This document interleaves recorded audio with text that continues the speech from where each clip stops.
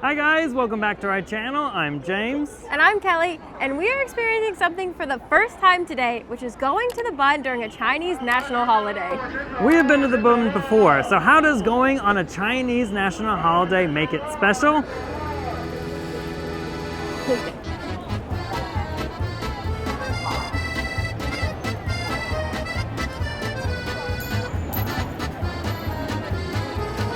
We are not just going on the Bund today, we are going beyond the Bund on an audio-guided GPS tour. We're going to learn about the architecture and the history of all the buildings surrounding the Bund. GPS Walks is the perfect audio-guided tour in Shanghai. There are a few different tours available within the mini program in both Chinese and English. All you need to do is scan the QR code and head to the starting point of your chosen tour. Standing by exit 3 at Tiantong Metro Station, just to the north of the Bund, Shanghai's famous waterfront. The Beyond the Bund tour starts at Tiantong Metro Station, exit 3, and you can get here by going on line 10 or line 12. All you need to do to start the tour is buy it on the Mini app and press play. Don't forget your headphones.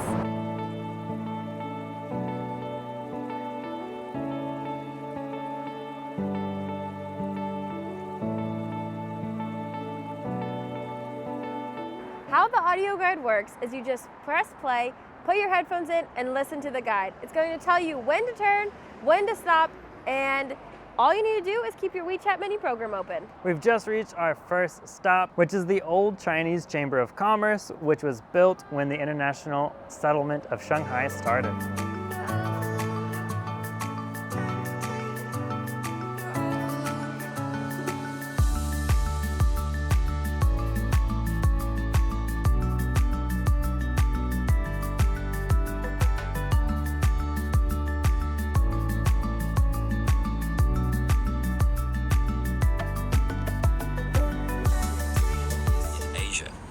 Its owner was Victor Sassoon, a Harrow and Cambridge-educated Baghdadi Jew who moved his family opium and cotton business from... We are just now walking next to the Embankment Building, and this was finished being built in 1936, and at the time, it was the largest residential building in all of Asia.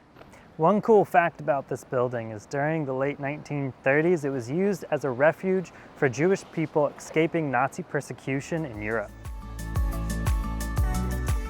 One awesome thing about this tour is it lets you walk through some beautiful parts of Shanghai that you normally wouldn't, and you get to stop and enjoy them whenever you want.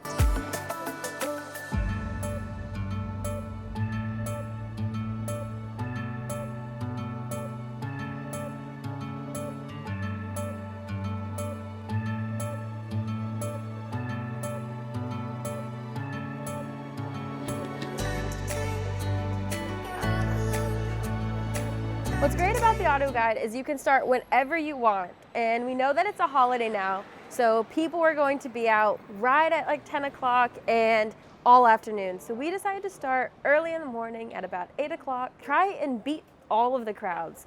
I think we might still end up hitting a bunch of crowds when we get to the Bund though, because we did take it nice and slow, but we got to continue on the tour, telling us to turn left.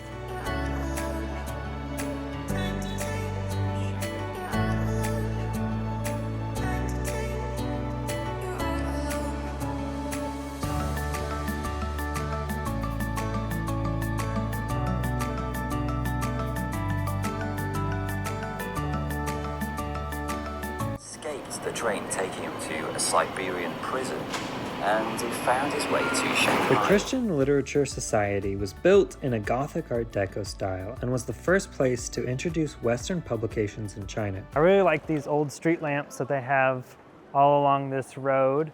Kind of shows you what Shanghai would have looked like back in the 1930s.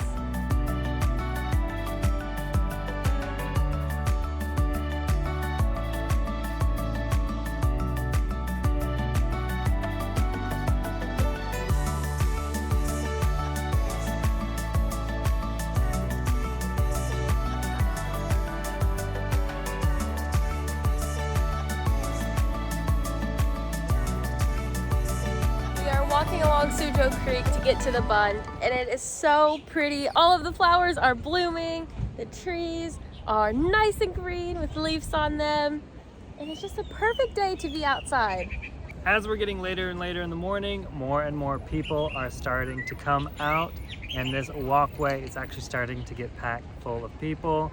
So we better hurry up to the Bund before it gets too crazy. Based on where we started up here, we're about a third of the way done. So we have all of this area behind the Bund, and then we end right on the Bund. The Embankment Building, he rented a whole floor and set up a high-stakes card game which ran 24 hours a day. His enforcers were a group of Russian boys who trained at a nearby boxing gym. Here in front of the Broadway Mansions, we just learned about one of their former residents who was nicknamed the most charming gangster. He ran a 24-hour high-stakes card game here and in the Embankment Building, where you did not want to end up in debt to him. Opened on a Bund in 1846 and moved to this location in 1858. Behind me is the Astor building, which was the longest lasting hotel here in Shanghai. What's really cool about this building is it was the first building to have electricity and water. It was also the first place to host a prom here in Shanghai. Another interesting fact about the Astor Hotel is in order to get out of debt, they had to sell the land in front of them to the Russian Empire, which is now the Russian embassy right there.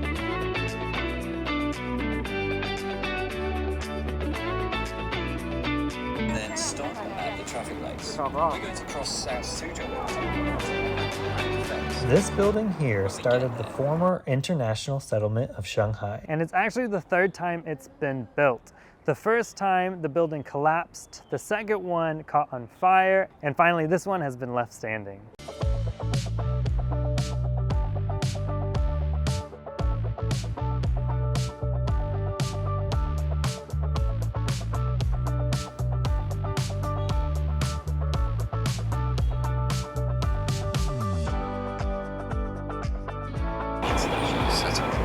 There was nothing cheap about these establishments, which all catered to high-end clients. It says that this tour should only take about 90 minutes from the starting point to the end. And if you just start doing the tour with your headphones in and walking, it's very easily doable. But we've been taking our time, looking at the architecture, recording, making this vlog for you, that it's taking us about 2.5, 3 hours. So just depending on how long you want to spend on the tour.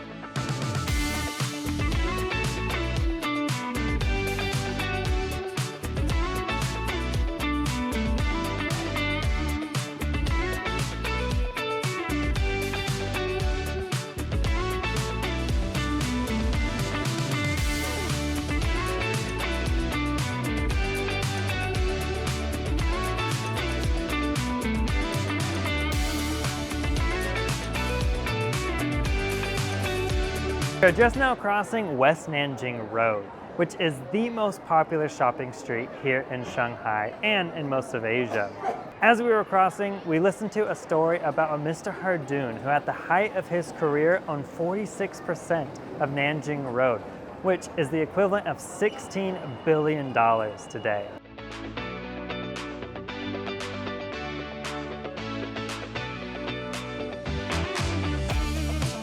Behind me is the Holy Trinity Cathedral, which was first built at the beginning of the international settlement. Later, they added an all-boys school. One of the attendees of this all-boys school wrote the book, The Empire in the Sun, which was later adapted into a feature film. This was the first Western film to be shot on scene here in the Bund in Shanghai. We have just arrived at Fuzhou Road, and we have actually been to this intersection many times going to one of our favorite bars here on the Bund. But we have never noticed that there are 3 buildings here that are almost identical. During the international settlement days, the municipal court ordered that all buildings needed to have rounded corners in order to ease traffic conditions on these narrow streets. So roundabouts were actually thought of way before they actually became popular.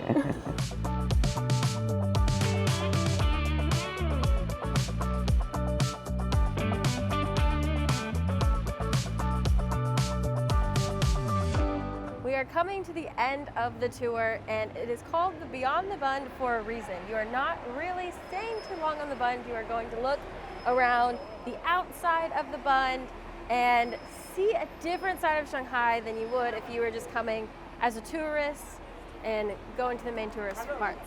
Hello. This was the finest hotel in the Far East, and the green pyramid roof became a symbol of the city in the 1930s.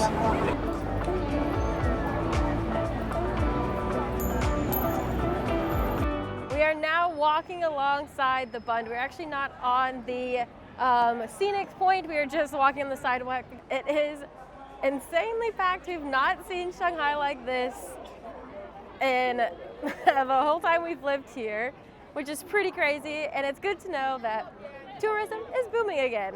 We have our last and final destination just up ahead on our tour. But this you could explore more of the Bund have along the Bund Walkway across the street.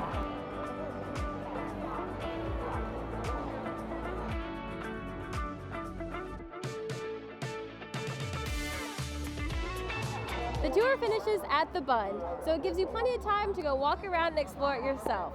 We had a great time on the tour learning more about the history and architecture here in Shanghai. If you want to go on your own tour, you can scan the QR code here using WeChat. We've also been on the Ferguson Lane tour, which you can check out that video by clicking here. Thank you so much for watching. If you enjoyed watching our video, make sure to give it a like, subscribe to our channel, and we'll see you in the next one. See ya. Bye-bye.